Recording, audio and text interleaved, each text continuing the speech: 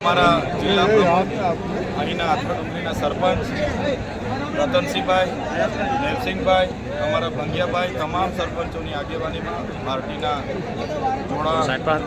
ગુજરાત જોડો અંતર્ગત કાર્યક્રમ યોજાયો અને આ કાર્યક્રમમાં અમારા તમામ સરપંચો 8,000થી પણ વધારે કાર્યકરો સાથે અમારી સાથે જોડાયા છે. એમાં રતનસિંહભાઈ ભારતીય જનતા પાર્ટીમાંથી 5,000થી પણ વધારે કાર્યકર્તાઓ સાથે જોડાયેલા છે. અમારે ભંગિયાભાઈ રાઠવા છે, બીટીપીમાંથી 2,000થી પણ વધારે કાર્યકર્તાઓ સાથે જોડાયા છે. સાથે કોંગ્રેસના પણ કેટલાક કાર્યકર્તાઓ અમારી સાથે જોડાયા છે. ત્યારે આજે એક તરફ અમારા કાર્યક્રમો ચાલે છે અને અમારા વિસ્તારમાં બિરસા મુંડા ભગવાનની 150મી જન્મજયંતિના ભાગરૂપે દેશના વડાપ્રધાન ડેડિયાપાડામાં આવી રહ્યા છે. તો તમે વિચાર કરો, 15 દિવસ પહેલાં નર્મદા જિલ્લાના કેવડિયામાં હતા, ફરી નર્મદા જિલ્લાના ડેડિયાપાડામાં આવી રહ્યા છે. અને કેટલાક લોકો અમને ભારતીય જનતા પાર્ટીમાં જોડાવા માટે ઘણા પ્રયત્નો કરી રહ્યા છે કે ડરાવે છે, ધમકાવે છે, જેલોના ડર બતાવે છે કે તમે 15 તારીખે વડાપ્રધાનના હસ્તે જોડાઈ જાઓ, નહીં તો આમ થશે તેમ થશે.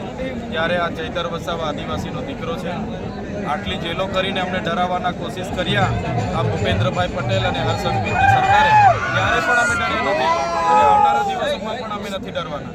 એ લોકોનો ટાર્ગેટ છે કે ચૈતર વસાવાને 15મી નવેમ્બરે ભાજપમાં જોડી દઈએ. ત્યારે અમે પણ બધાએ ટાર્ગેટ લીધો છે કે આવનારી તાલુકા જિલ્લા પંચાયતો સુધીમાં 1 લાખ ભારતીય જનતા પાર્ટીના લોકોને અમે આમ આદમી પાર્ટીમાં અમારા સમર્થનમાં જોડીશું. આજે અથાડુંગરી ખાતે સમાંતર સભાઓ ચાલી રહી છે ભાજપ અને આમ આદમી પાર્ટી, શું કહેશો? અમારે આના પહેલાંનો કાર્યક્રમ નસવાડી સવારનો હતો, એ ભાજપના લોકોએ ત્યાં જ કાર્યક્રમમાં ડિસ્ટર્બ કર્યા. પણ આથાડુંગરી કાર્યક્રમમાં અમારા સરપંચશ્રીઓની આગેવાનીમાં, જિલ્લા પ્રમુખની આગેવાની, હજારો લોકો અમારા સમર્થનમાં જોડાયા છે. ત્યારે ભારતીય જનતા પાર્ટી પાસે હવે કોઈ મુદ્દા નથી.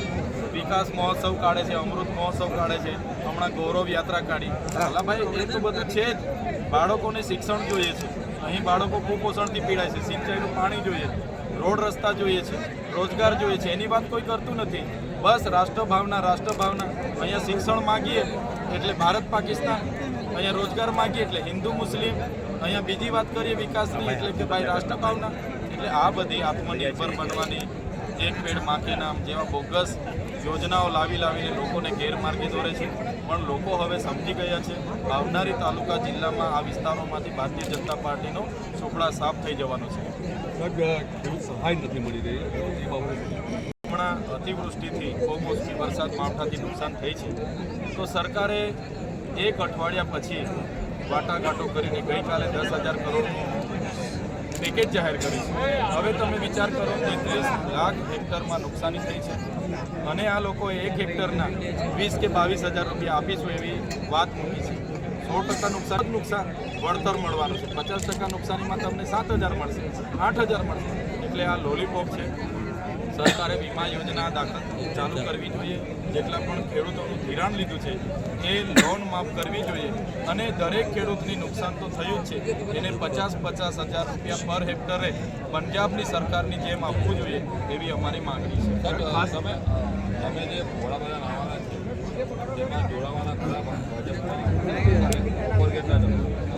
વડાપ્રધાન 150મી ભગવાન બિરસા મુંડા જયંતિની ઉજવણીના ભાગરૂપે આવવાના છે. તો અમે કહેવા માગીએ છીએ કે ભગવાન બિરસા મુંડાનું જન્મસ્થળ ઝારખંડ રાંચીમાં છે. ત્યાં તમે દેશ લેવલનો પ્રોગ્રામ ગોઠવો. ડેડિયાપાડામાં માત્ર ને માત્ર ચૈતર વસાવાની વૈચારિક લડતને દબાવવા માટે અહીં આવી રહ્યા છે અને અમારા પર દબાણ છે કે એમાં જોડાઈ જાઓ. તો અમે શું કરવા જોડાઈએ? અમારા ત્યાંના સાંસદ મનસુખ વસાવા 35 વર્ષથી સાંસદ છે અને એમની સરકાર હોવા છતાં એમના ગામનો રસ્તો નથી. તો એવી પાર્ટીમાં અમે શું કામ જોડાઈએ? એટલે અમે કોઈ સરઘસના ટાઈગર બનવા નથી માંગતા. અમારા પાસે સ્વતંત્ર હવાલો છે અને અમે સ્વતંત્ર ટાઈગર, જંગલના ટાઈગર બની રહેવા માંગીએ છીએ. અમે ક્યારે ભારતીય જનતા પાર્ટીમાં જોડાવાના નથી. 2024ના લોકસભામાં ભરૂચ લોકસભા મને લડાવતા હતા. એમણે કીધું બધો ખર્ચો અમારો, ભરૂચ લોકસભાનો આ મેન્ડેટ તમે લડી લો. ત્યારે પણ મેં ભાજપ સામે લડ્યો અને 5,22,000 મત મને મળ્યા. એક પણ બિયર પોટર કે 1 પણ રૂપિયાની લાલચ વગર ઈમાનદારીથી લોકોએ મને 5,22,000 મત આપ્યા. થોડા મતથી એ લોકો જીતી ગયા. એમણે ચીટિંગ કરી હતું મતદાર યાદીઓમાં અને અને છેલ્લે લોકોને ગેરમાર્ગે દોરીને મનસુખભાઈ 86,000 મતથી જીત્યા. બાકી આ વખતે મનસુખભાઈનો ગરબો ઘરે જતો રહેવાનો. આજે એસઆઈઆર આવ્યું છે, સ્પેશિયલ ઇન્ટેન્સિવ રિવિઝન, ખાસ સઘન મતદાર સુધારણા. એ ગરીબ લોકોને હેરાન કરવાની યોજના છે. જે પ્રકારે નોટબંધી આવી હતી એમાં ગરીબ લોકો હેરાન થયા છે, એ જ પ્રકારે એસઆઈઆર એક નોટબંધી છે.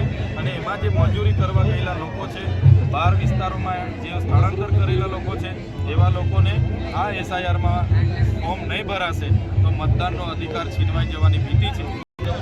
માથા ડુંગરી સરપંચ અમારા આગેવાન રતનસિંહભાઈની આગેવાનીમાં 5,000 લોકો ભાજપ અને કોંગ્રેસમાં આમ આદમી પાર્ટી પરિવાર અને અમારા સમર્થનમાં જોડાયા છે. અમારા ભંગિયાભાઈ રાઠવા સાથે પણ કોંગ્રેસ, ભાજપ અને બીટીપીના મળીને 3,000 જેટલા કાર્યકરો આજે આમ આદમી પાર્ટી અરવિંદ કેજરીવાલજીની વિચારધારા સાથે જોડાયા છે, અમને સમર્થન આપ્યું છે. આવનારા દિવસોમાં પણ મોટી સંખ્યામાં વિસ્તારોમાંથી સરપંચો, તાલુકા સભ્ય અને ઘણા લોકો જોડાવાના છે. અને તાલુકા જિલ્લા પંચાયતોમાં અમે સ્વતંત્ર લડવાના છે. અને તમામ તાલુકા પંચાયતો અને છોટાઉદેપુર જિલ્લા પંચાયતોમાં અમારા લોકો આવનારા દિવસોમાં સત્તામાં આવવાના છે.